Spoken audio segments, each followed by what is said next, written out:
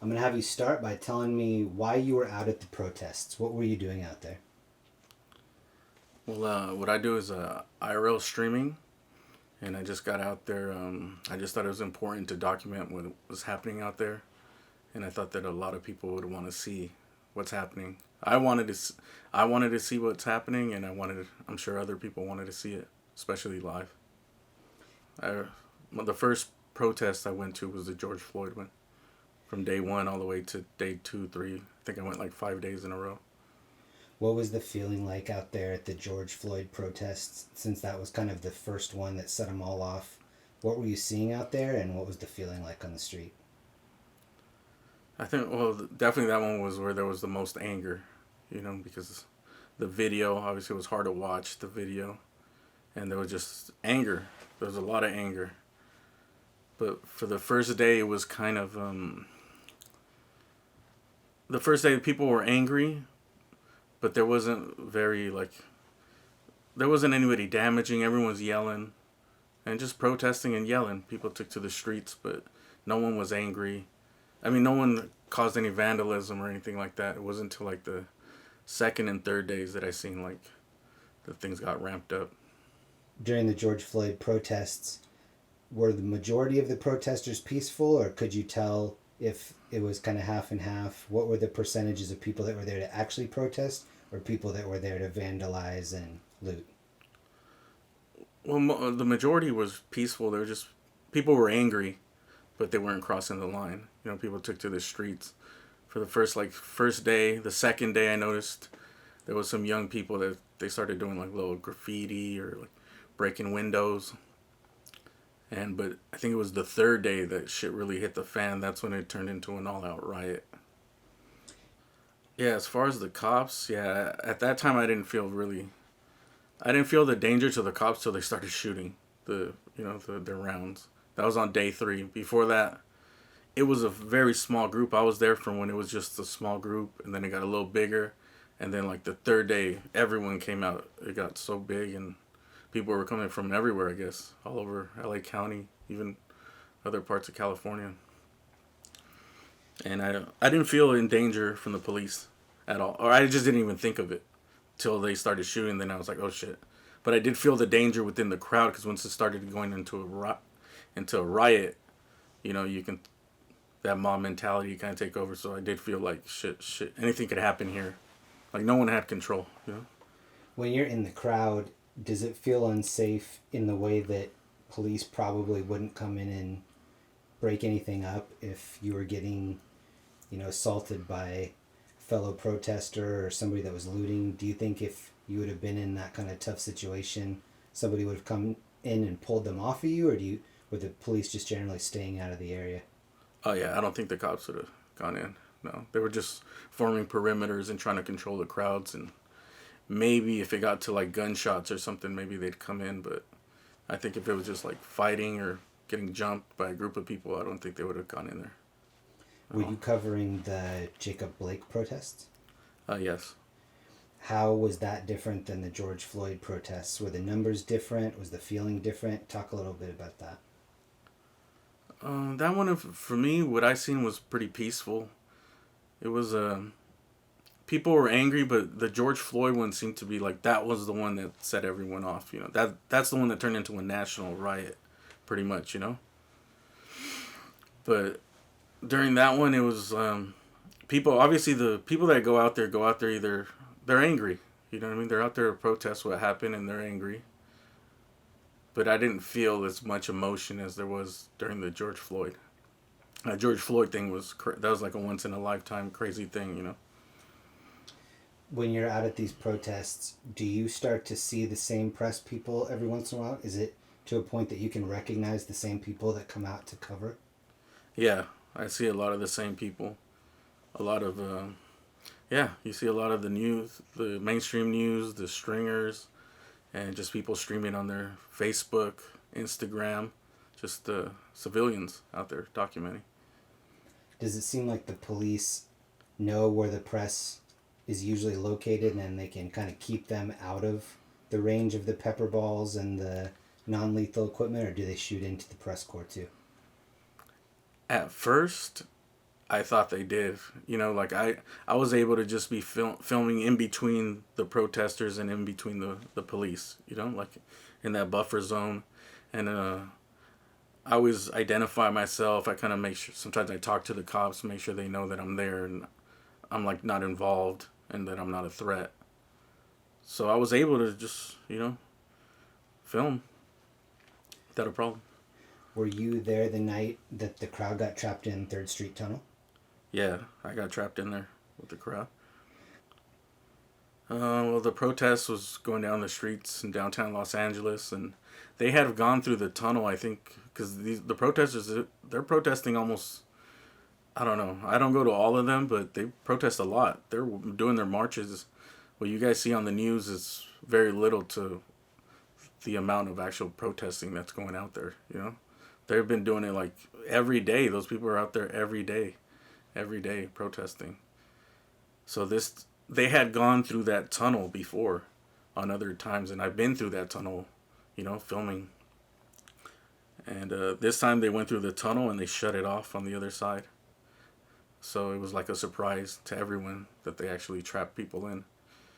Because I think protesting, I mean, you have the right to protest and they're just walking through a tunnel. It's like they can't arrest people for walking. What was the feeling like when you actually knew that you were being trapped in there? Did people start to panic? What was the general feeling? As far as me, I just thought, well, we're probably going to get arrested. Me. As far as the protesters, I mean, you hear everything. People are mad. They're screaming at the cops.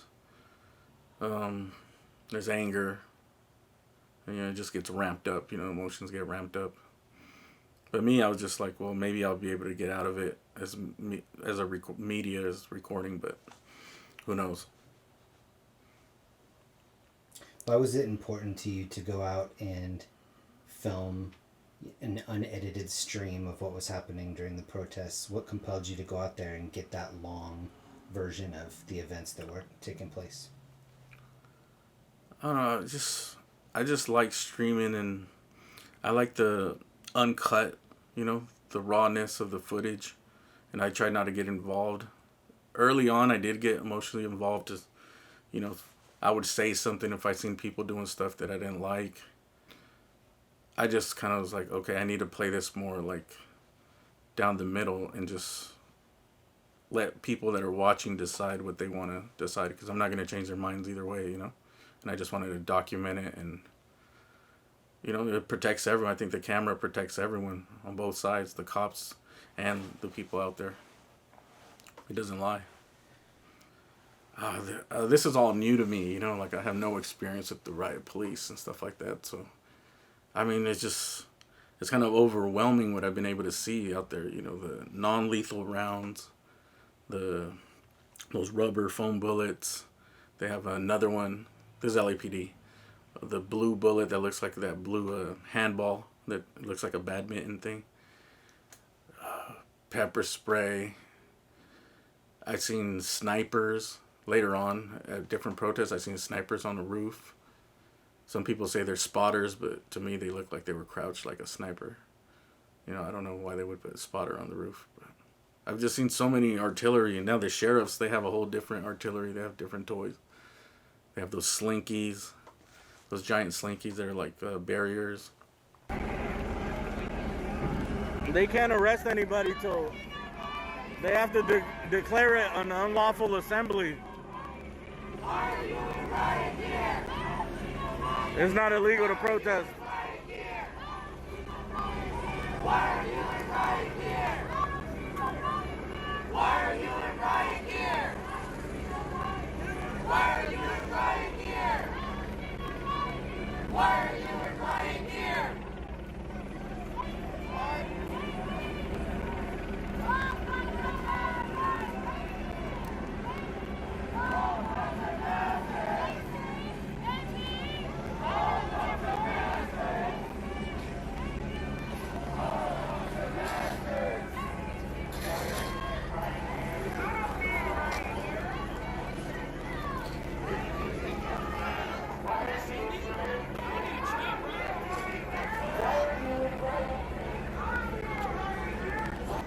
It probably collapses on you.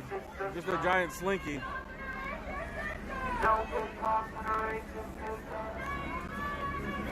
I don't know. I guess if it's plugged into something on the other side and they play some super annoying sound.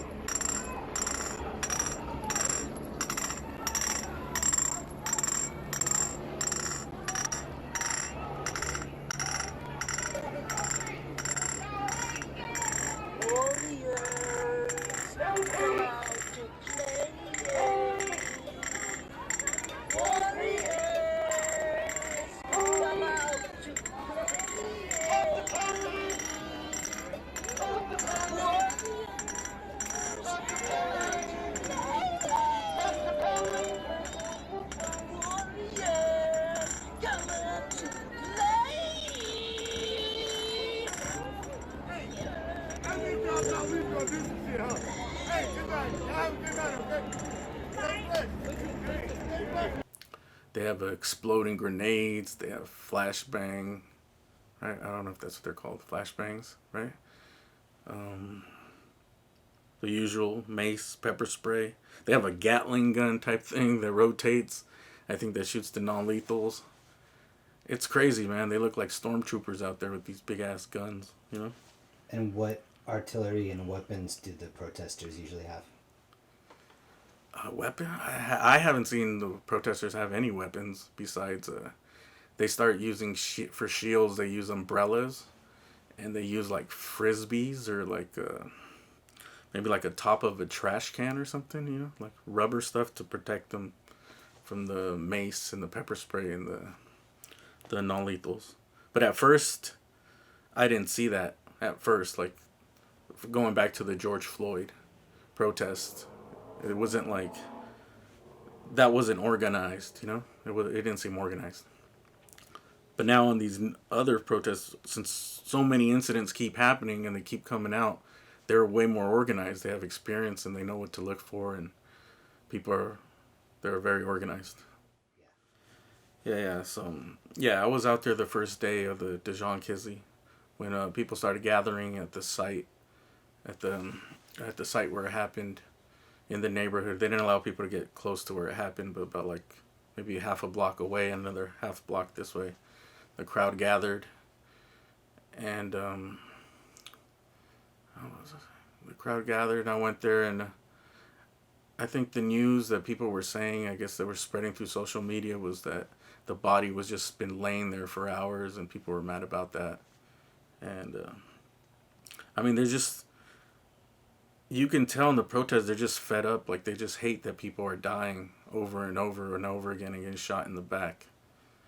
And I don't know. It's like sometimes you don't know what to believe because you hear so much information from so many different places and people are very emotional and you don't know what to believe. I just go out there and kind of like record what's going on.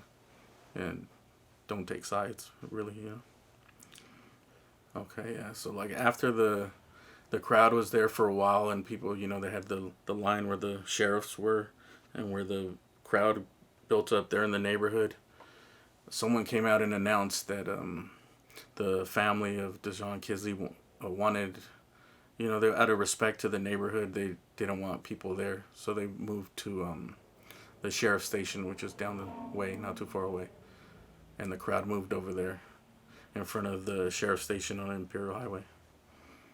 And were the sheriffs sending people out there to kind of calm things down and to talk to anybody, or was it just kind of a standoff situation? Oh yeah, it was definitely like a standoff. When the crowd came out there, the sheriffs came, taped the front.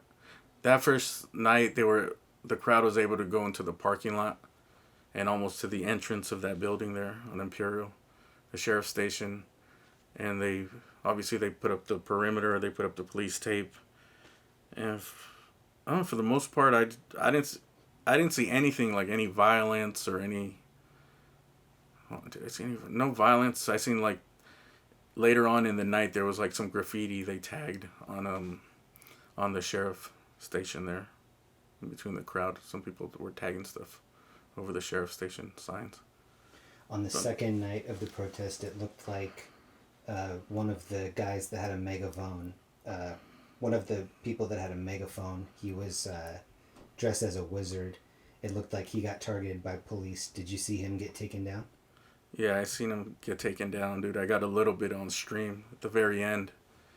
Yeah, after a while, they kind of like, I don't know, maybe they negotiated or something. The crowd kind of started leaving, There was just like a lot of yelling back and forth, and the crowd, not back and forth, the sheriffs don't say anything. They just sit there and they don't say anything. They don't do anything. They just push people back if they try to get too close or something. That's it. But as far as, that guy, yeah, he gets in their face. He has a megaphone and he's yelling at them in that auto-tune thing, and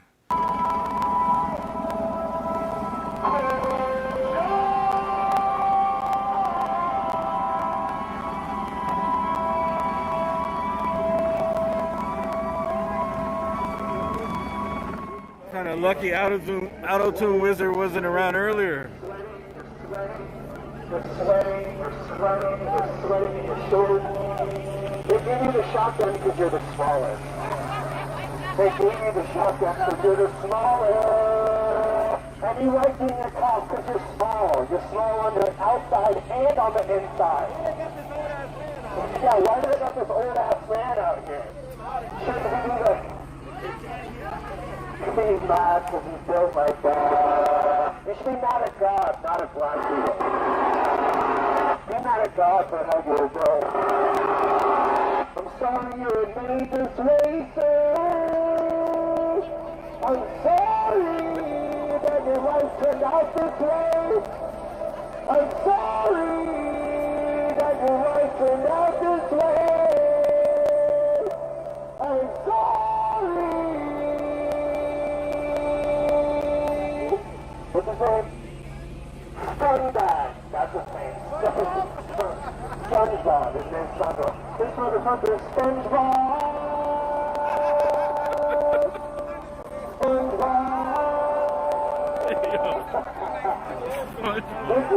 You're too old, bro. Don't you have grandchildren to abuse? Don't you have, like, your family to abuse or something? I seen that later on when the protesters kind of got pushed back to the sidewalk. I think the cops made an announcement, the unlawful assembly announcement. So everyone started leaving and going back. And for the few people that were still like recording, there was media there, the stringers, people streaming, and probably pretty much most of the protesters were still out there. I seen that when I was off to the side, the sheriffs that were standing out there went out to like the curb over by the street, and that guy was like across the street, and they chased him down and they tackled him and arrested him. I don't know for what the charge was or the reason. Well, when they started running and attacking, my first instinct was to run because I didn't want to get caught up in the melee. and or to run and get out the way and try to get the shot, you know, to go to the side. Even up to that point, I thought I was safe as a independent streamer out there filming, you know. I thought that I even have a helmet that says press on it, you know, to identify myself as press, but I thought that would, because all this, I've been to so many events and I've never had a problem, you know, so I felt pretty safe to, if I just made myself off to the side, that I'd be able to like film, but I didn't want to get caught up.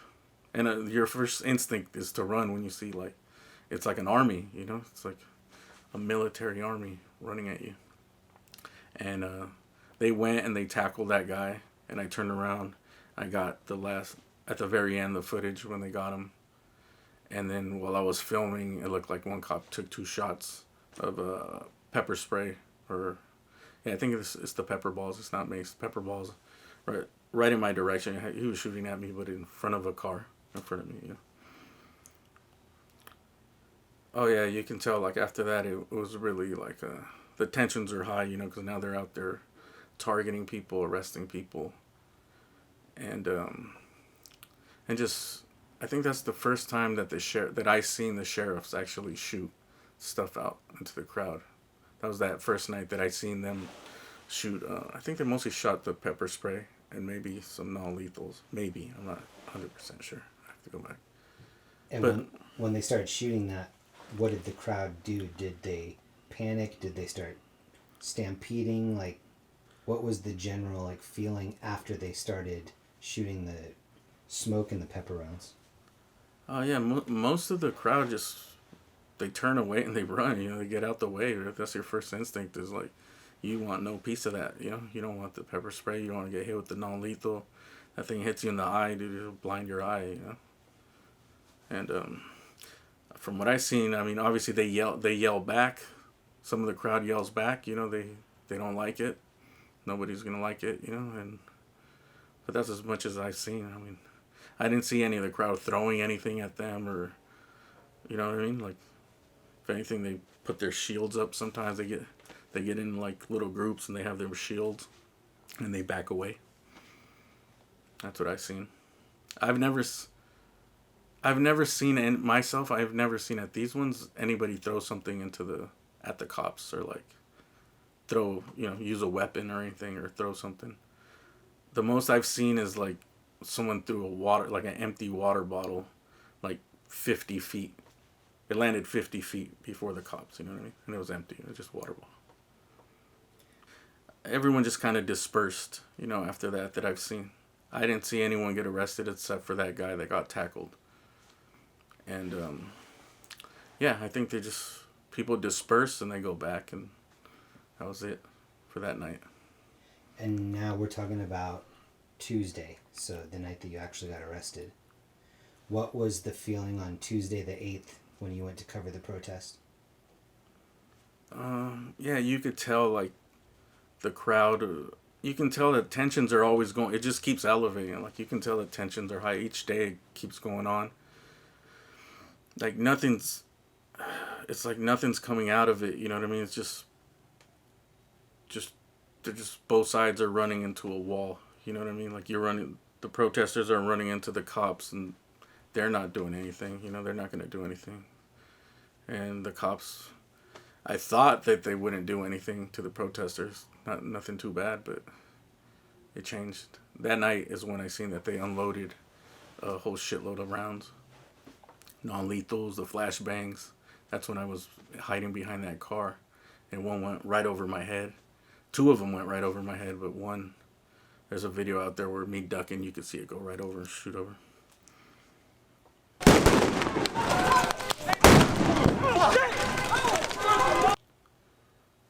Before Tuesday, I just felt like there's been the tension getting higher, not only between the protesters and the police, but also between the protesters and people in the neighborhood. There's like people in the neighborhood coming in.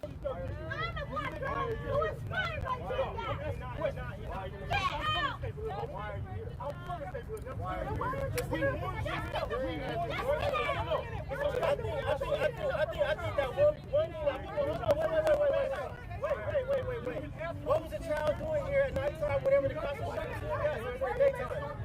Why?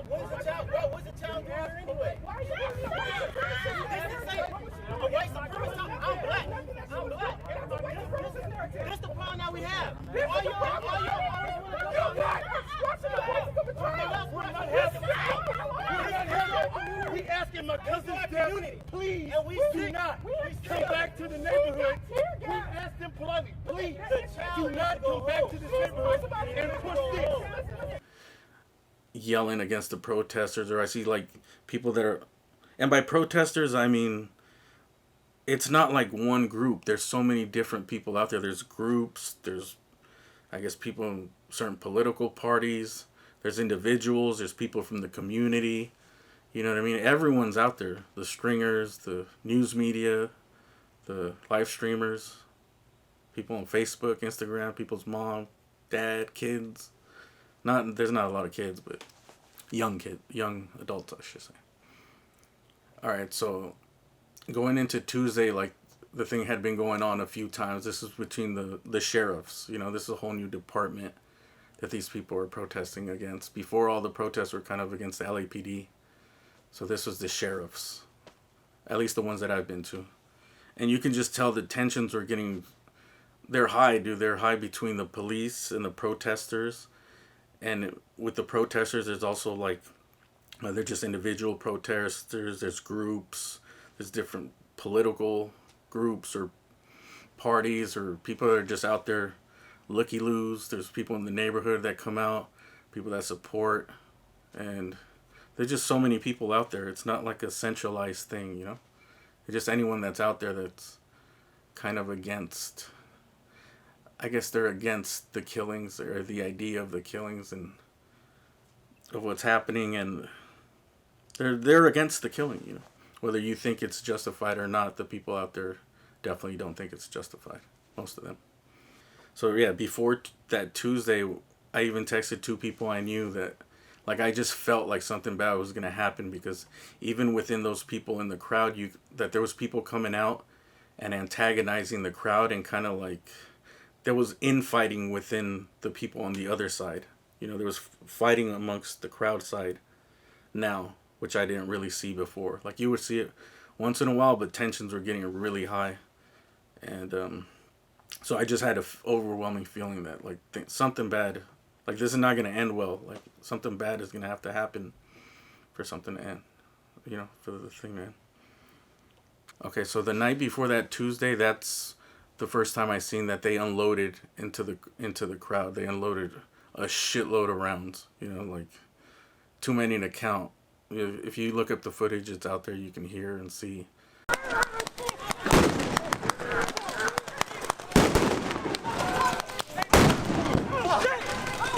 A shitload of pepper balls, shitload of flashbangs and non-lethals. So I knew that things are going to be really, really elevated for the next time if they came out there the next day. So I even texted my friends that 2 of my friends that I've had a bad feeling that something was going to happen that night, which was just like random. Yeah, but I just felt it, like something bad is coming, because it's just elevating, and what is the solution? What is the solution out here, you know? Like, who knows? And yeah, so that day on Tuesday was actually the shortest time that I've actually been there. I just got there. Even when I first started my stream, for some reason there was a church service going on at a church there. And you know, I was raised Catholic, but I don't really practice religion, but I stopped for a little bit, and just to be part of the church, because I don't know, for some reason I just felt like that'd be a good introduction to the stream too. And then I usually go in on my bike, you know, so I ride in and I rode down, and just within like maybe 20 minutes, 30 minutes, it was already an unlawful assembly, and they started kicking people out, and the crowd got right. It was because the protesters have the right to be there, right? They're not doing anything illegal until it's declared an unlawful assembly. And then after that, the cops usually give you a certain time frame to leave, and they block off certain streets, and they give you the exit point. And on that night, they gave the exit point to go in the direction where the crowd went. But as the crowd went, I don't know what happened, but they started firing on the crowd again. And I was actually able to film on the side with the media, and I was actually filming the sheriffs and behind the sheriffs as they were I was behind the sheriffs as they were shooting into the crowd, pushing them up, not Imperial Highway, but Normandy. They were headed north on Normandy. So I was able to get the footage, and I was live streaming, and you can see on the video that I'm behind them. And then, so I started going back towards this way. I started going around where I was parked, you know, ride my bike to get out of there. And I see, I go up like, I don't know how many blocks, 5, 6 blocks or something away from that corner, up the way. And I make a turn, and I see the helicopter. I start seeing some of the protesters, you know, walking back to their cars and leaving. But it just happened so fast. I see, I'm like streaming. I look to the right, and I see like a couple of the protesters there, little groups, maybe like, I don't know, 6 people here, 5 people, 3, 4 people. And then I look, and I see some bright lights. I see the truck, and I'm like, oh, it's the sheriff truck. They're big. They have this giant, like, maybe it's like a F-250, F-350, and it's rigged up. It's like a giant, intimidating truck. Like, when you see that thing, it's like a war zone vehicle, you know? It has 2 doors on the side that opens up that are bulletproof, that just flap open like 2 giant doors, look like big ears or something. And then it has the platform around where, like, you can carry, I don't know how many people hang off of it, 20 officers, SWAT, you know? And that thing is coming. I see it. I see the light. I'm on my bike. I'm on my bike. I have my lights on my bike, obviously, you know? I follow all the laws, you know? And I just feel a fucking pain. And I hear the shot, and then I just feel my left fucking knee in pain, you know? And I get shot. I'm like, fuck. So I just get like, you know, you just get filled with adrenaline because you're like, oh shit, dude, I just don't want to get... Once you get shot, it's like, oh shit, dude, this just got real serious in an instant, you know? And you don't know, so I got shot and I went to the right off my bike, and I'm like, I'm just going to stop and put my hands up, obviously, because I don't know if they shot me with the fucking real bullet or no, you know what I mean? You don't even think, you just feel the pain, and you're like, fuck, I don't want to get killed, you know, like, I don't want to get shot. So I go to the right, and I'm still streaming this is live, you know, but I don't know if the stream got it. You can see what happened, but I don't think you could, like, tell perfectly, you know. Oh, fuck!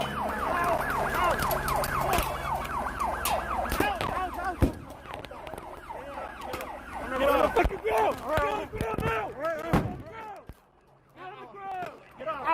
Get on the ground now! Get on the fucking ground! And I go to the right, and I just get tackled. I get tackled right away, and I'm falling. I'm like, I have my backpack, I have a helmet, I have a mask, and the helmet's tied up, and I just fall to the floor, and I'm fucking just scared as fuck, you know, like, just please don't, you know. I don't even know where they came from. I don't know if it was the cops in there, or if there was, but the cops were in that neighborhood hunting for the protesters, and that was like many blocks away from the order of dispersal. So they were going after them in the neighborhoods where they told them to leave too. You know what I mean? So that's what I don't get. And yeah, so they tackle me. I just feel people on me. They're fucking yelling at me, you know, like yelling some shit. And I'm just like, please, please. Like, I'm in so much pain because I just got hit. I've fallen. I'm over the bike. I'm on the curb. I just like in a horrible because they're on me, you know, they're putting weight on me. I had a helmet, and then like I think they said like put your hands behind your back or don't resist. Like, I can't really remember, but this is like 1.5 seconds into, like, after being shot and falling down. It's like, okay, like, yeah, no problem. I'm trying to tell them, like, no, please, like, don't, like, yeah, no problem. Like, no, I try to say I press a medium, just recording, but I didn't even know if I said that right away, you know. I was just like, I was more worried about, like, I don't want these guys to fuck me up, you know. So then I'm laying there, dude, and the cop just fucking takes a punching me right in my lip, dude, busting my shit up. Punched me in the lip and split my lip, you know. And I think I even say it on stream, like, because I didn't know if the stream was still on, but I wanted to get that on stream, you know, at least if, Like, why would you punch me in the face? Like, I'm not doing anything, you know? Like, I'm not resisting, I'm nothing. I'm just asking you to, like, I'm down on my chest. It's just like, I got nowhere to go. It's just like, you get overwhelmed, you know? And also, I had my hands behind my back, but I had a backpack on too. So it's like, if I put my hands under the backpack, you know, like, where do I go? I'm just like, I'm not resisting. That's what I was saying. Like, I'm not resisting. Don't worry. Like, that's it. Like, I'm pressed after. So I was streaming, and the phone, I had two phones. I used one phone to stream off of, and one phone is my regular phone, and I use the connection to stream, right? One I just use as a camera, basically. So that phone fell to the side, and it remained on for a little bit afterwards. But if you look in the footage, I think that they stomped on it, like after when it fell there. I can't verify that, but everyone else that was arrested said that they had their equipment broken or stomped, and they kept it. They took both my phones. As of right now, they're lost. They're not in evidence, and they're not in property, so they're just missing. And my other phone, they actually took from me in the police station, you know? And there might even be a video of that, because there was a reporter, Fox 11 News they had access in the police station, actually in the police station once they, you know, they put us in the truck and all that shit and took us in to the station. They took that phone out of my pocket, so that should have been in my property. Also, like, the stuff but my backpack was gone. My bike is gone. I think the bike is in evidence. That's the only thing that's in evidence. And as far as after the 12 hours that I spent in jail, when I got my property back, the only thing that was there is my keys and a wallet and some headphones that were in my backpack, but the backpack is missing. Were you able to see after the incident the coverage on Fox 11? Where L.A.S.D. had about 12 people they arrested up against the wall, all in handcuffs, that they captured in the different areas of these neighborhoods here. The Sheriff's Department... Yeah, after I got out, dude, it was just like such a whirlwind, and, like, you know, it was overwhelming. First time I experienced something like that, you know?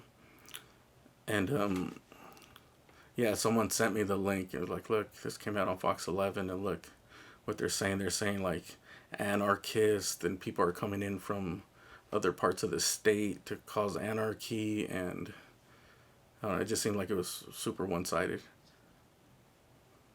And your helmet was the one that was being shown that you had written press on the side. Yeah. Did you write press on the side to attempt to stay safer, or did you write press on the side to mix in with the agitators? What was the goal of writing press on the side? The press was just to identify myself as press, as recording, because all along I've never been on any side there. You know what I mean? I've never been on the side of the protesters. I've never been on the side of the police. I'm just there documenting and just recording.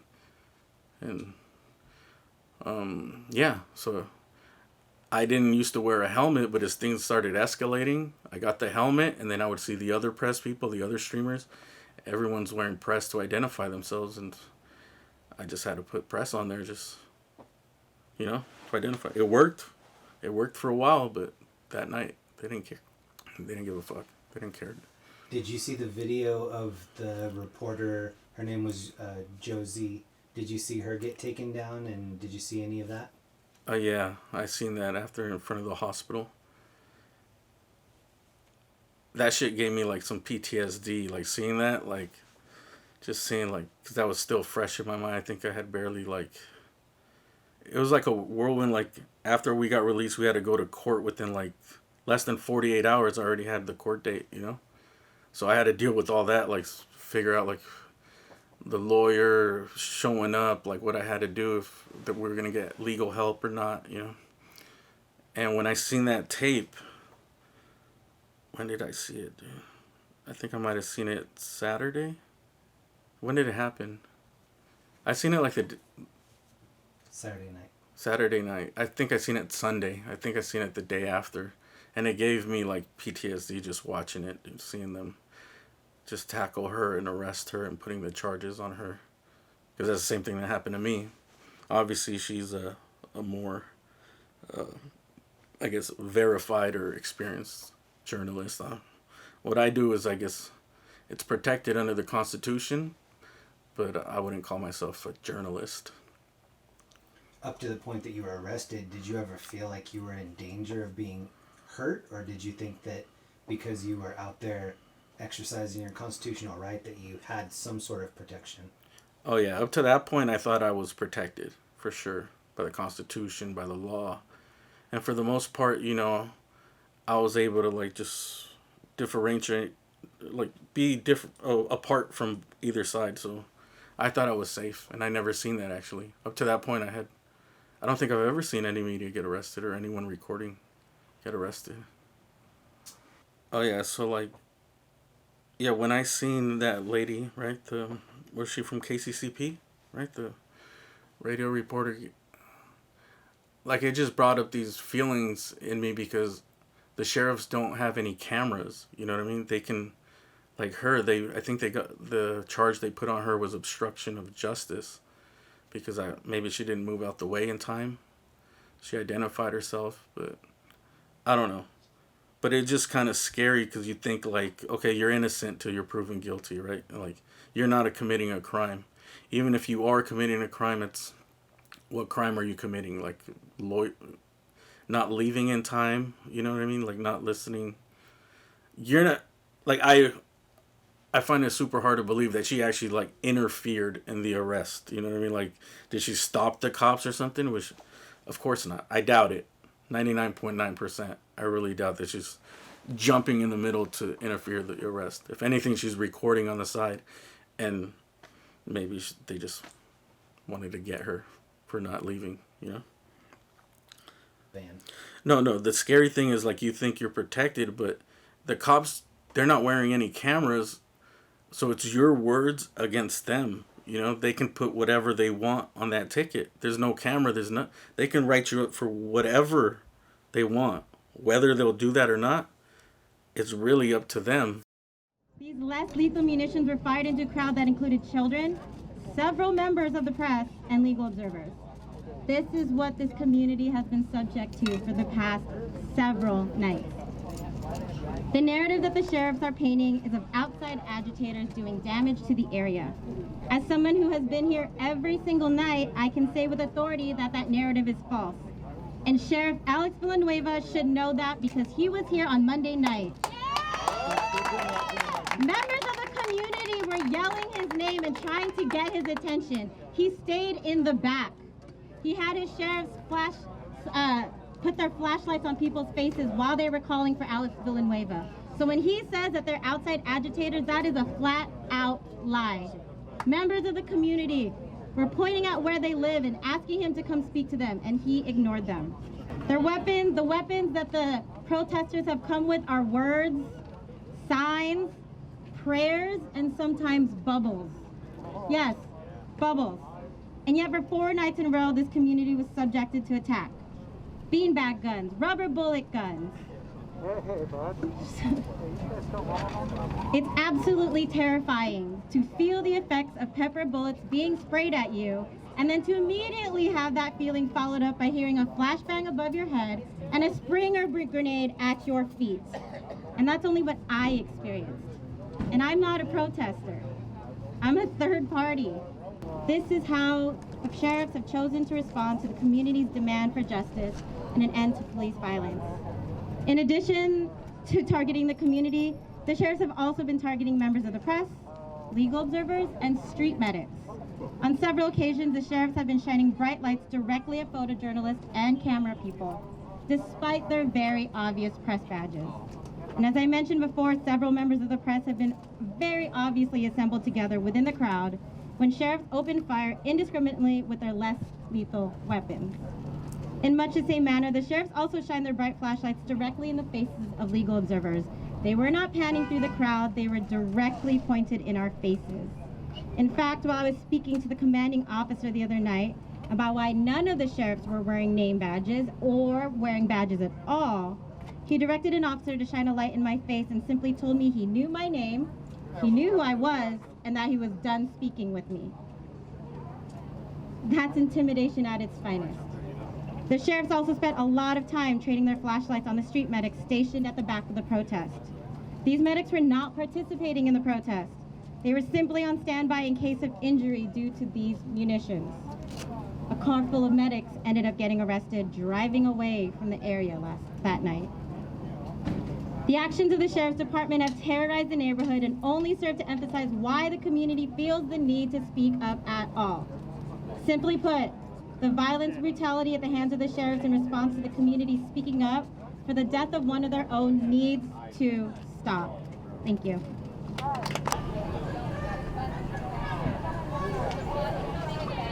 The press are leaving. The press are leaving when we're about to get attacked. The press are leaving when we're about to get attacked. And guess what we did? I had to ask them. I'm a veteran. I have disabilities. Do not hurt me. Guess what they did? They still hurt me. I have a pinched nerve. I have tremors on my right arm, which what did they do? They twisted my hand back. What did they do? They snatched all my stuff. They took my medical equipment. They snatched my phone. And let's get to about my phone. I am with the Wall of Vets of Los Angeles. And the sheriffs, L.A.S.D, hijacked my Instagram. They hijacked my Instagram and they changed my bio to Blue Lives Matter and hashtag support Blue Lives. There is no such thing as Blue Lives. There is no such thing. There is no such thing. Stop fooling yourselves.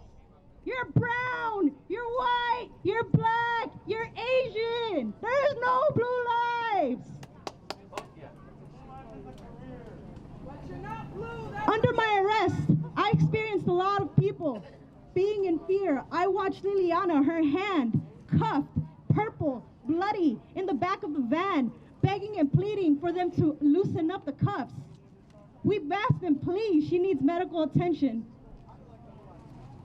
Did they listen to us? No. Did they want to help her? No. Once we were inside, before that, actually had asked for a mask. They didn't give me a mask until the next day, 12 hours later. And I asked for a mask because they ripped it off my head once they arrested me. So they're not out there helping us. They're not helping anyone. Let me talk about what they do to protesters, to people that film, to press. A few days ago, they moved protesters out with an unlawful assembly order. They gave an amount of time. 5 minutes before that time was up, the protesters were backing away. They were leaving the scene. Several of them had to put on helmets, shoulder pads, not because they were trying to instigate, not because they were trying to fight the sheriffs. They did that because we know what was about to happen. When they started backing away, the line began moving up. They chased us for about half a block. After that, they got bored with walking. So several of the sheriffs began running at full speed with their batons out and began chasing us. They beat several people right over there. They began firing pepper bullets. They began firing foam bullets. They began throwing stinger grenades. I'll just briefly tell you about what happened to me. As we were dispersing from Normandy, a number of shots had already been fired. I ran like a bullet myself down the street trying to escape the situation. We were being hit over and over with rubber bullets, as you can see, tear gas, everything. They were just letting it all go on us. I thought we had gotten away at that point because we were so far from where they had told us to disperse, or from where they started chasing us, to be honest with you. A barricade was moved. I was right in the front, and the sheriff started bull rushing us, running at us, and then started shooting at us. I turned down a side street once I thought we were out. Somebody asked me for a medic, because she had swallowed some tear gas. So I put up an X. That's our call for a medic. And I started to pick up my pace a little bit because I wanted to see if somebody could hear me in the front. So I called for medic. At that point, I heard go off. They hit me in my hand. They hit me in my head. I was wearing a helmet, thank God. The helmet immediately popped off my head, and I was hit in the shoulder as well. At that point, I didn't even know, I didn't even see the sheriffs. I assumed it was them, of course, but I didn't even have time to see the sheriffs. I thought they were on the other side. They came from us from the back.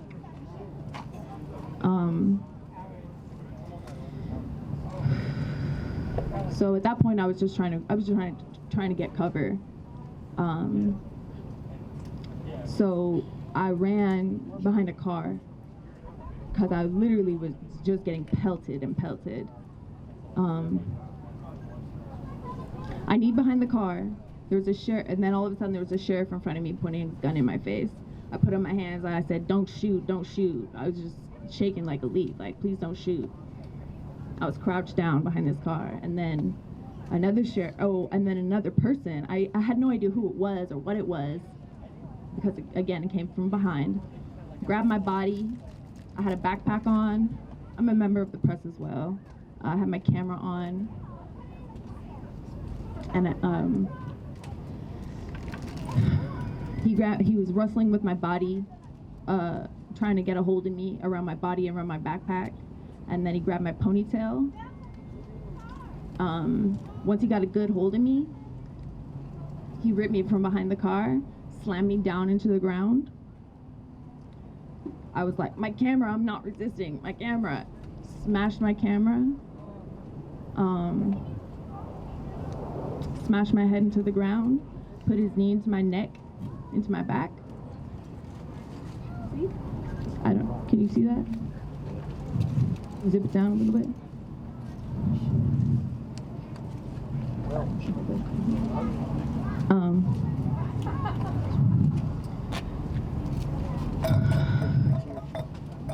At that point, I had so much pressure on me. I was like, I can't breathe. I'm not resisting. I can't breathe. And as the words came out of my mouth, I was like, I can't believe I'm saying this right now. I can't believe I'm saying I can't breathe right now. I thought I was gonna die because there was so much pressure on me.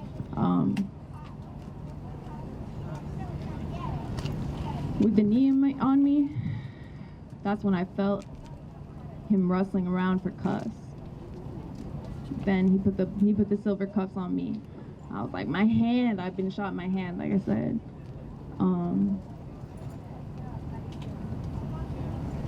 He put the silver cuffs on me so tight, so incredibly tight. I'm gonna take off this so you can see the bruising. Will you hold this for a second?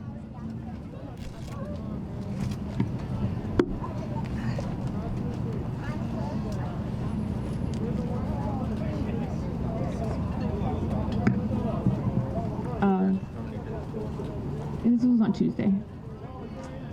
This was from Tuesday.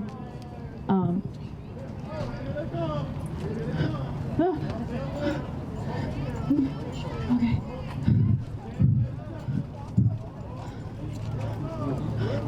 Don't shoot!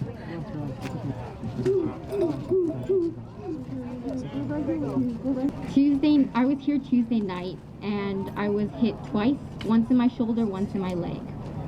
The shoulder is pretty close to the head, and several others have also been hit on the head and on the neck. They don't care where they are aiming, they're just shooting. My sister was arrested, and the next day I came back to help with jail support. Me, along with 3 other comrades, decided to bring brooms, trash cans, and a baking powder solution to dilute the leftover pepper balls that the sheriffs have left. And pools of blood. And pools of blood. They did not care to clean up anything. They don't care about the neighborhood as they say they do. We were out there cleaning up, taking away all the leftover ammunition, when sheriffs out of nowhere, came behind us and rushed us. They detained us. They handcuffed 2 of the males, but did not handcuff me or the other female. They placed us into the back of their squad cars. They took our information. And then when we were released, they all asked to take our pictures. None of us consented. We all verbally said we do not consent to our pictures being taken. They took it either way. We were released and we tried to get back to our cars to leave. The 2 others were able to leave. Me, along with the other male, we were trying to get back to my sister and then go home. Once we started leaving, a few minutes later, down Normandy, just right there, they pulled us over again. Same officers, same squad cars, same department. They pulled us over claiming that they ran the license plate number and it was supposedly unregistered. Then when I asked an officer, another different officer, why am I being detained? He gave me a different answer and said that our windows were too tinted. So they handcuffed the driver, they brought him away, and then they took me and my sister and detained us and put us into another squad car in the back. Once again, they did not handcuff us, but only handcuffed the males. By then, I believe they had arrested him and brought him away. So my sister and I had no clue. We had no clue what they were doing to him, or if anything had happened. We were left in the squad car for about 10 to 15 minutes, and we watched them as they searched our car and detained several protective gear that we had to protect ourselves from their supposedly less than lethal ammunition. They even took our protest signs, which are literally just paper with paint on it. They towed the car, and with the car, all of our stuff was taken. And when they released us out, we asked, when will we be getting our stuff back? And where can we get our stuff back? They just said, we don't know. And they left us there stranded. I asked if I could have one phone call to get a ride home. They said no. They literally left us stranded, leaving us with nothing. And so my sister were able to reach someone and finally get home. But they targeted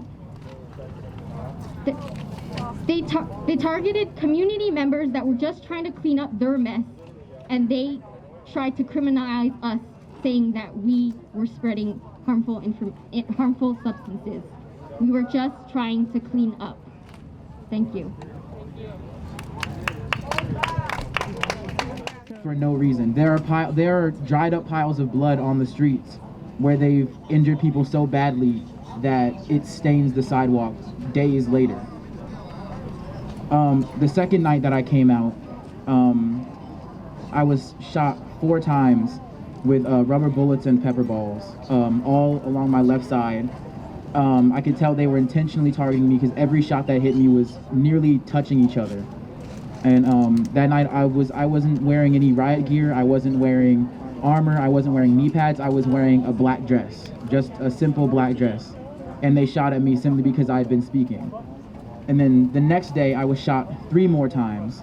This time while we were all backing away, trying to leave, trying to get home safely. I was standing in front of the crowd with the shield wall that we had and telling them to back up. And as we're backing up and trying to leave the area, the man next to me is tackled and slammed to the ground by police, and I hear cops coming behind me to tackle me too, and everyone starts running. And as I'm running up the street just by myself, I'm being shot at. There's pepper balls hitting next to my feet, flying past my head. They're shooting directly at me, simply because I had been to these protests and I had spoken. I had done nothing else. I just spoke. That's it. And I was hit 3 times that night, in my back, in my leg just above my Achilles, and in my thigh, the exact same spot where I'd been shot the night before. He claimed that he was going to take ICE out of the jails. He lied to us about that. Then the first thing he did was he went and hired deputies that had been fired for misconduct, including one that had been accused of and convicted of domestic violence against his girlfriend, who was a deputy sheriff.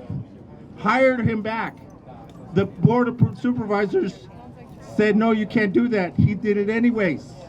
So then they decided to cut off his paycheck. Then they removed him from that emergency board that he was chairing at that time. So now it's a war. It's a war between Sheriff Villanueva, the board of supervisors, and the community at large. That's why what you're seeing is you're seeing this armed occupation. When he uses this nonsense of all the demonstrators that are coming down here are outside agitators, as was referred to earlier, ask yourself, how many deputies from his department live in this community? How many? Why should he resort to this 1930 style red baiting? It's because they're wrong on the law. They're absolutely wrong on the law, and they're going to find out very soon when we bring it to a judge and ask for some sanctions against them. I just want to say, you can't make this stuff up. This guy over here just dropped a grenade on the ground. It's like, you know, they come out here, we're just trying to have a press conference, and they come out in full riot gear. It's like, you can't make this up. Really focus on the speakers, but I also ask that right now you do a 360-degree pan. The sheriffs have decided to kettle a peaceful press conference. Members of the press are kettled, medics are kettled, the National Lawyers Guild is currently kettled. We are fine, there is a way out, but they have decided to show force specifically to silence this press conference. And it's scary because the sheriffs, they're definitely way more aggressive than the LAPD. Like, way more aggressive. And then they run the jails.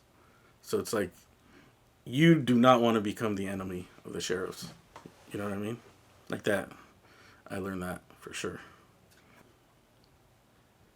After we got arrested, they threw us in the truck, right? They threw us in the truck, and there was pepper spray everywhere. There was pepper balls in the truck, right? They cuffed us. Obviously, first thing, after I got punched in the face, I got cuffed. And the cuffs are super tight, you know, just super tight, where you can't even, it hurts, you know what I mean? Like, look, it's been how many days? It's still there, it's scarred. Look, it's scabbed up. That's 7 days. And look, the scars are still there. That's how tight they are, you know? That's how fucking tight they... As well as all the other injuries, you know? Obviously, the getting shot in the knee was the worst, and the lip. But I got scrapes everywhere. Who else was in the van with you? What other protesters were in there? Oh, yeah. So it was me. Initially, when I got in there, you know, I still had my helmet. I was trying to say, like, you know, I'm press. You know, I'm not part of it. You know, like, I'm recording. I still had hope that I would be able to get out. You know, like, that after that, maybe when they took us to the station, I would be able to identify myself, maybe show them the footage that I've been there, that I've been out recording for, like, well over a year. I've been in different places, and so they could see, but that was, like, nothing. As far as they're concerned, I was in the protester, you know what I mean? Like, I was paying for the sins of all the other protesters as well, yeah. When you talk about the pepper ball, if that was in there, and then talk about the other people that were in there, if the other media girl was hurt. Yeah, so when they threw us in the truck, obviously everyone got pepper balled. It was everywhere. I don't know what happened to the other people, but there was like a few people already in the truck. They just rolled us on top of each other there. And we're handcuffed, and everyone's screaming in pain. Every single person was complaining about the cuffs, because the cuffs were super tight.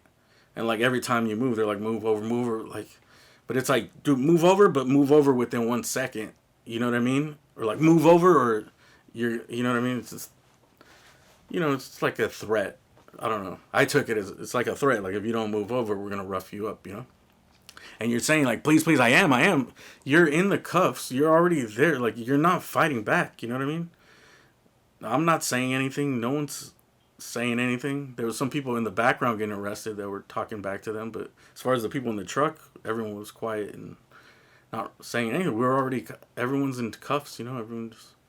It's still like, I don't know, you're still processing what happened, because just fucking a minute ago you were free. I was riding on my bike, free recording, and then now I'm in cuffs and choking on the pepper balls that were in the back of the bed. There was like a big pile. Like maybe they had a box, or I don't know how they packaged the pepper balls, but they were just there, and I was just rolling in it, and I tried to tell them, but they did not give one fuck.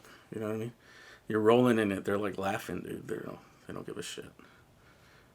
And yeah, I rolled in it. I had basketball shorts on, and it just like burned the whole night. It was burning through like my thigh, dude. And it's just fucking even worse, dude. It got into like my fucking ass a little bit. You know what I mean? It was like burning. And that shit was all over the clothes, and everyone was coughing, and like. Funny thing is, like, I think a lot of the people there had masks. Either they were there, and it's like, dude, this is like no one's, like the protesters were masked, but they were actually trying to take them off so they could actually like spit and get all that shit out of their system and mucus, I guess. And everyone was just sneezing and coughing, as well as the cops. And they were like, we were in the truck looking up, and they're hanging off the truck. Like, you know, just intimidating as fuck to see like 20 cops above you in full riot gear just looking down at you and shit. And saying what they had to say. What about the injuries with the other people that were... Oh, yeah. So in the truck, everyone, after the court day, when I seen it, like almost every single person had some injuries. Every single person was injured. They got arrested, and every single one got tackled, injured, lumps on their head, scrapes all over their face, obviously scrapes on the knees, and that's like the least of it, you know, when you get thrown down. But people got bruised up and battered. And then next to me was this girl that was a photographer. There was actually two legit photographers there too. There was her, and then another guy that's a student at a local college, and he had student media press pass and everything. I think they broke his camera. He was worried about his camera. And like everybody else, we try to identify ourselves. We're not part of this. Look, we're videotaping. It didn't matter. So she actually, they were moving us around, and then they brought another van. They like overpiled the truck, and then another van came. So they took some of the people off of the truck and put them in the van. And she stayed, and she was actually next to me, and she was fucking hysterical, dude. She was hysterical. Like, she was in super pain. I think she was yelling that her wrist was broken, and it looked fucked up. It was all red, bloody, and like, there was so many. It was nighttime, but you can tell like her shoulder was all fucked up, and she was just hysterical, dude. She was hysterical in pain and trying to say that she was media and like please, but she was hysterical, dude. Like, people try to calm her down, still like, you know, calm down, but she was out of it. She was in so much pain. I think I'm 100% sure she's never experienced nothing like that, you know. And she got fucked up.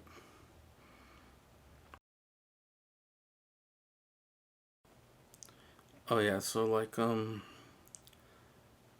yeah, so all my stuff is gone. The most important things to me were my phones, you know, my cell phone and my streaming phone. And those things are gone. I don't know.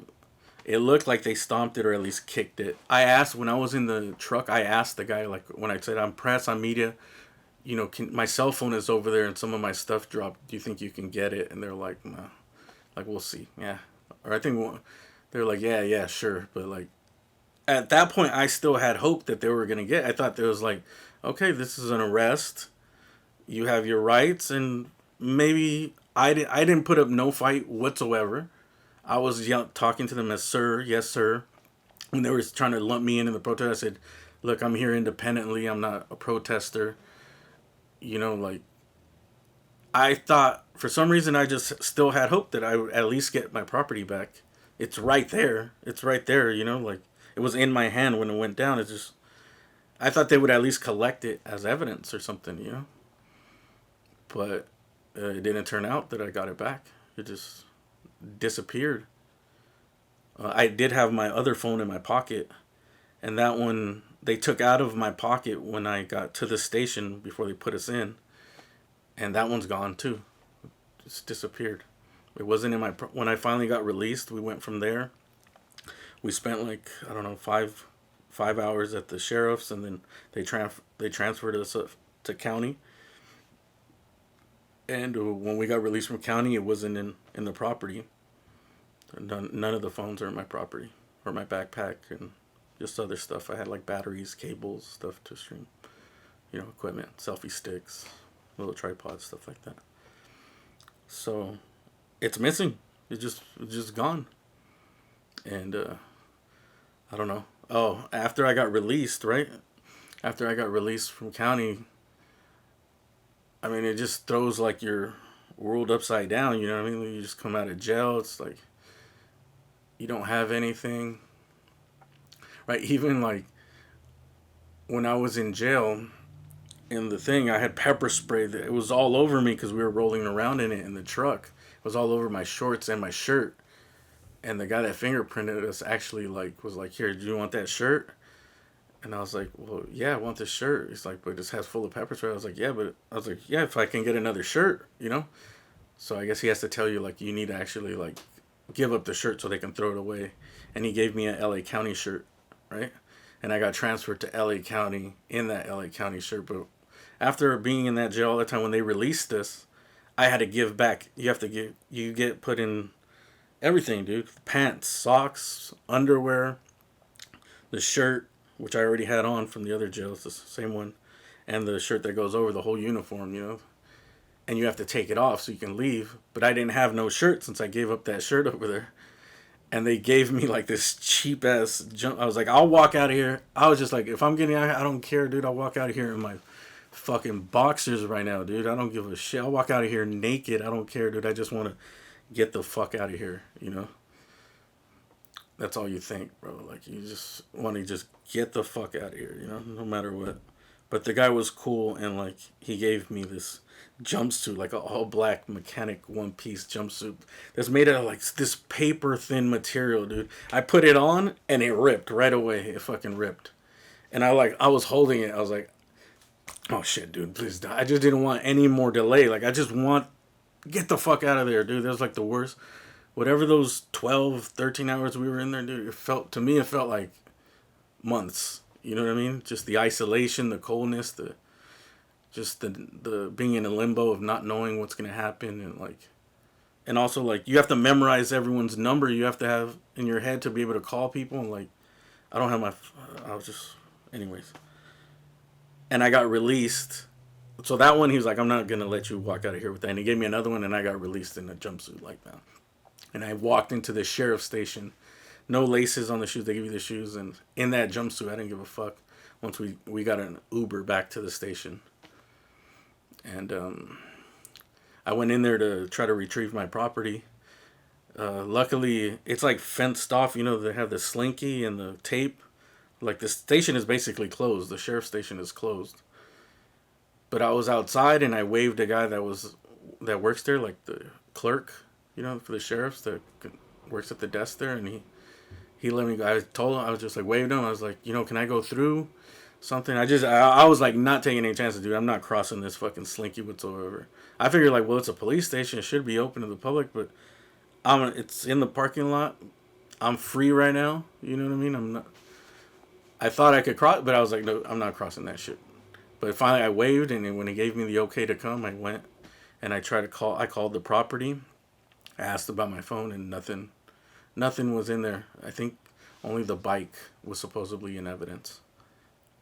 Yeah, I seen well, I don't know if they were sheriff phones, but iPhones, if they have those, but there was definitely people taking pictures and what looked like video.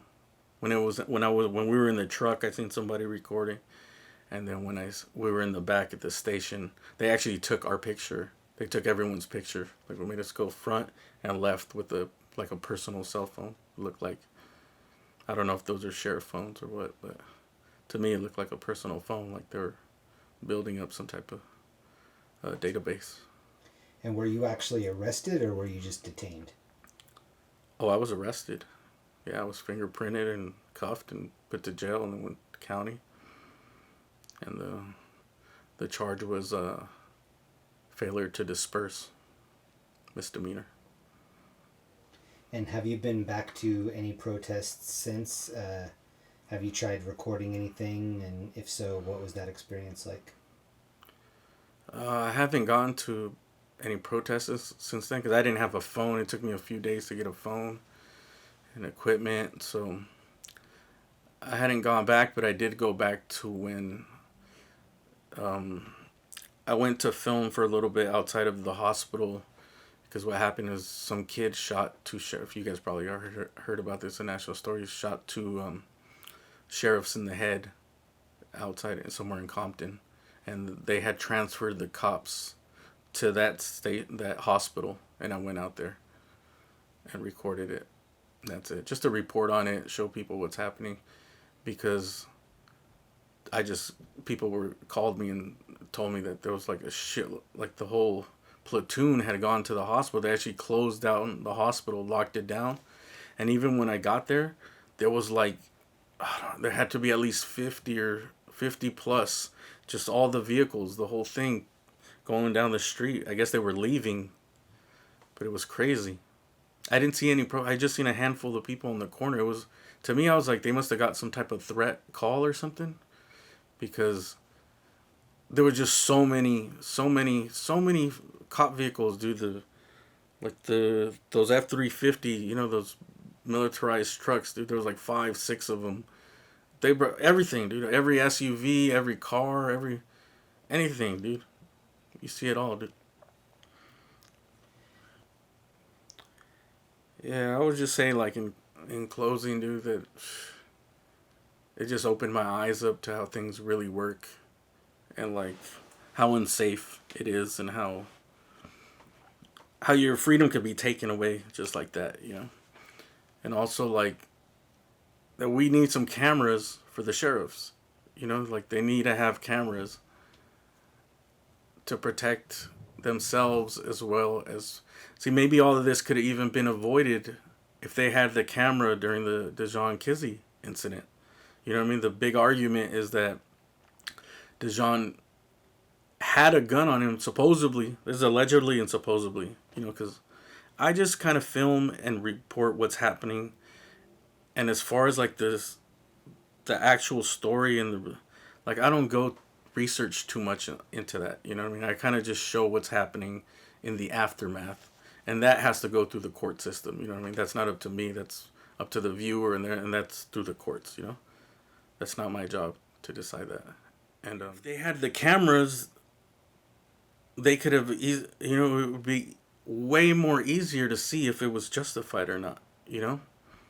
Whether the argument is that it's never justifiable, but was it protected under the law, as the law currently states, you know, that was it protected that they were actually defending themselves? Did he pull the gun out? Did he point it at the, you know, shoot at the cop with the gun? Then you already, you know what I mean? Was it that, if we just had cameras, at least we could see. It would help. I think it would help a ton. They definitely need to get some cameras.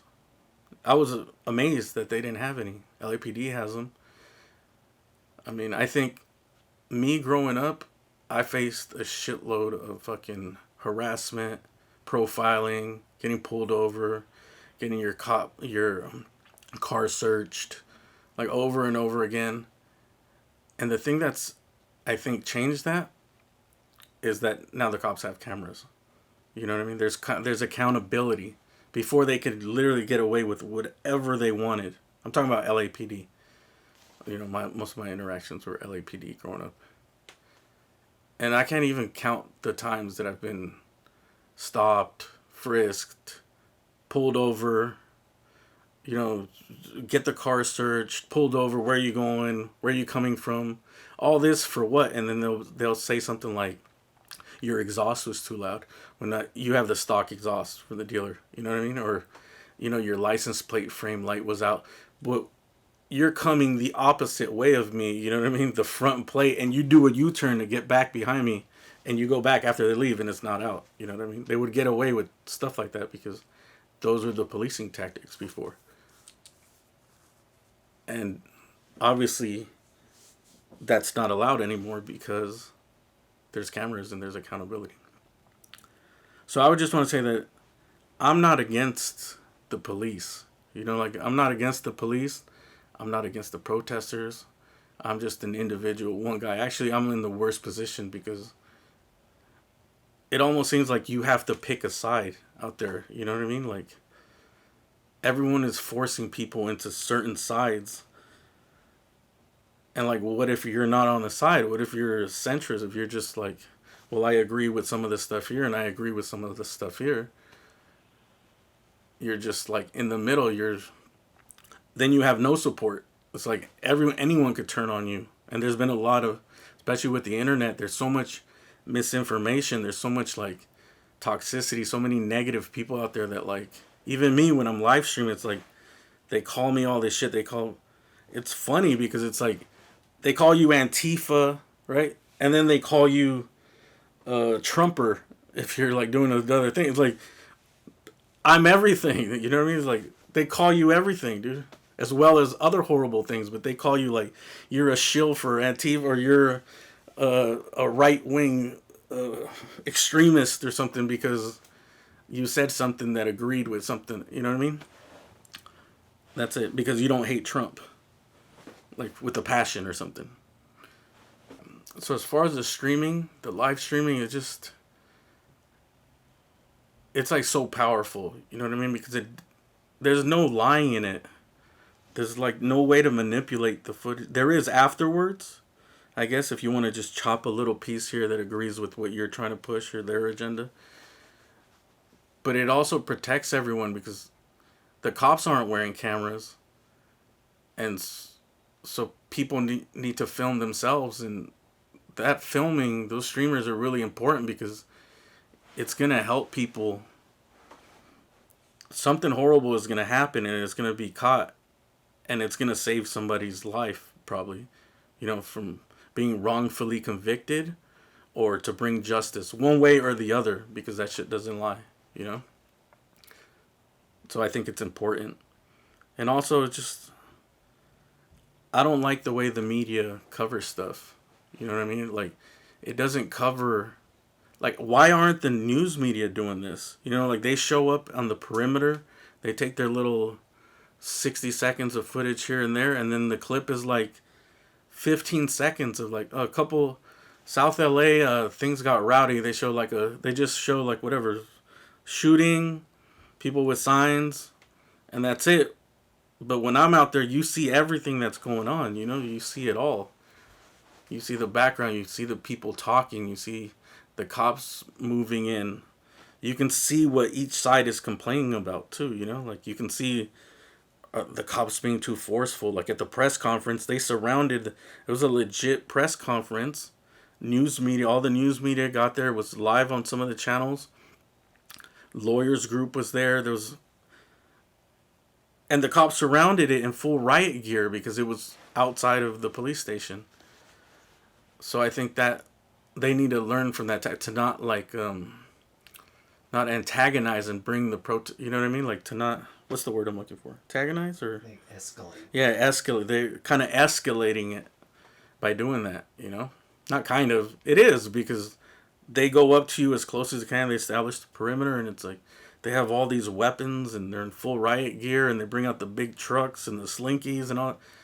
And it's like, that's why the protest, their chant is like, why are you in riot gear? You know, I don't see no riot here. When they're just, at worst, sometimes they're just yelling, you know? Well, yeah, I would just say that, yeah, like, everyone's getting painted with the same broad brush if you're just on this side of the police tape or that side of the police tape. You know, like, if you're on this side of the police tape, I see how people are yelling at some of the cops that, who knows, those cops could be the greatest cops out there that never did anything wrong, that followed every rule, you know, that treat everyone with respect, that don't cross the line. And they're getting brought into it. And also on the same part, it's like the 99% of the protest, or the people on the other line that are protesting, or just even just recording media, like there might be one or two guys every 5 nights that does something, like throws a bottle or pushes over a trash can or does something, you know?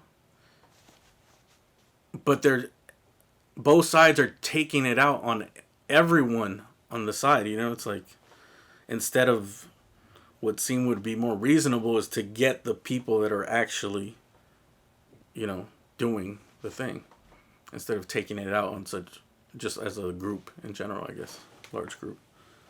As far as cops watching, I think for sure they watch. I mean, everyone, so many, like, thousands of people tune in when shit's hitting the fan, you know, like on a regular stream, you might see 20, 30, 40 people. But when shit's hitting the fan, thousands of people. So everyone is watching. You can just go through the comments. I try not to I only censor racist slurs, spamming, and doxing. Besides that, I allow everyone to say whatever they have to say in the comments, you know? So that's how I like, because I'm not on either side. You can say whatever you want, but I just don't like, you know, the spamming, doxing, racism. And obviously the cops, they're probably in there watching. And I suspect sometimes some accounts, like I kind of suspect that maybe it might be a cop watching for some reason. But, I mean, I'm live. It's live. So that's kind of like the dangerous part of what I do, is that it's live so people can pinpoint where you are at any time, you know? So I'm careful, and I don't want to become the enemy of groups with a lot of power, because I'm just one guy with fucking nothing, pretty much, and no one to back me, but no one, dude. Maybe the public defender will back me, dude.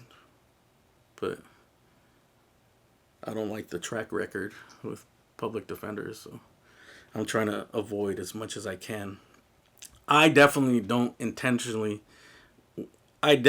consciously will not break a law, you know, or intentionally out there breaking laws. But there's that gray area when you're out there videotaping that so many laws. You're always breaking a law somewhere. You know what I mean? There's too many laws. You're always breaking a law. No matter what you do, whether it's jaywalking or just too many things, dude. Not checking the right box on your taxes, bro.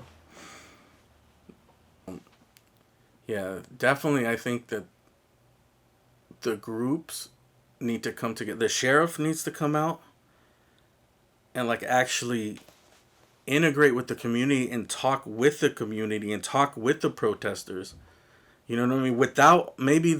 Without all the fucking riot gear and the whole thing ready to go off, and maybe they're there, put them at a distance. You know what I mean? But bring them out without and talk to people, because that's the one thing I haven't seen is the cops never say anything. Like, I don't know if that's the policy. They never say one word. I've only heard negative stuff said back. You know, when they get angry and it boils over, or they give orders. But besides that, they never agree or disagree or talk to people like, you know, I get you. Or even just saying, you know, you guys have your right to disagree and protest, and let me just do my job here, because I'm here to protect. You know what I mean? I'm here to protect you guys as well as myself. Like, I'm here to protect you guys from getting hurt too. And I think looking at it from the protester side is just like they feel like that the cops don't care. You know what I mean? They never make any statements except condemning them. Like I just feel like there's a feeling that they don't give a shit. Like, they don't care, and they never have, and you can see why they think that they never will, because you never hear of a cop saying or admitting to wrongdoing, or maybe that's a legality thing, you know, but that's what I got pulled in by some detectives to answer some questions, and I don't know if they were being genuine in saying that they wanted it to end and they wanted to talk to people, or if they were just trying to get people to name who's running certain things. But like I said, I mean, you guys are top tier detectives. You guys, they should know. You know what I mean? Like, I don't know. I find out like anybody else through social media. It's like it spreads like wildfire. This is going down over here, or someone will send me a text. Go over there. There's gonna be an event, but I don't know. I don't know if they were legit what they said was they wanted it to stop, and they wanted to find out what they could do to make it stop. That's what they were saying, you know? So I hope that they were fucking genuine in what they were saying, that they're actually looking for options to make it stop and actually talk or agree. There has to be some type of agreement, you know?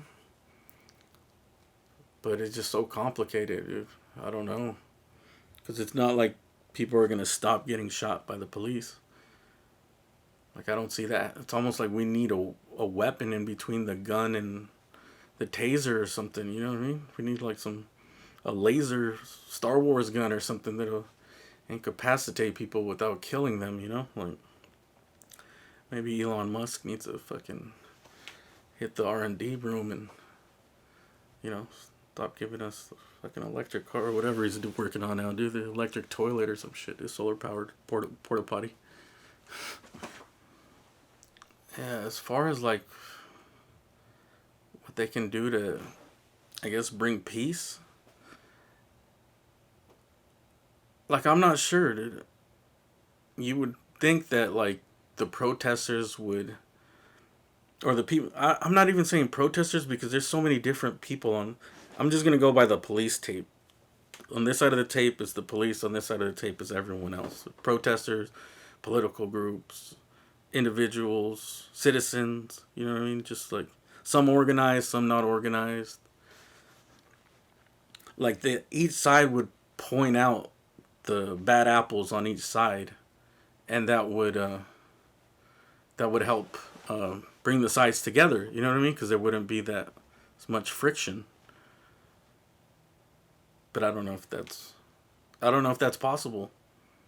I mean, human beings just are very tribal, emotional, and then there's all this legality in play, and like, you know what I mean? Like, do you want to be the cop that turns on that bad cop?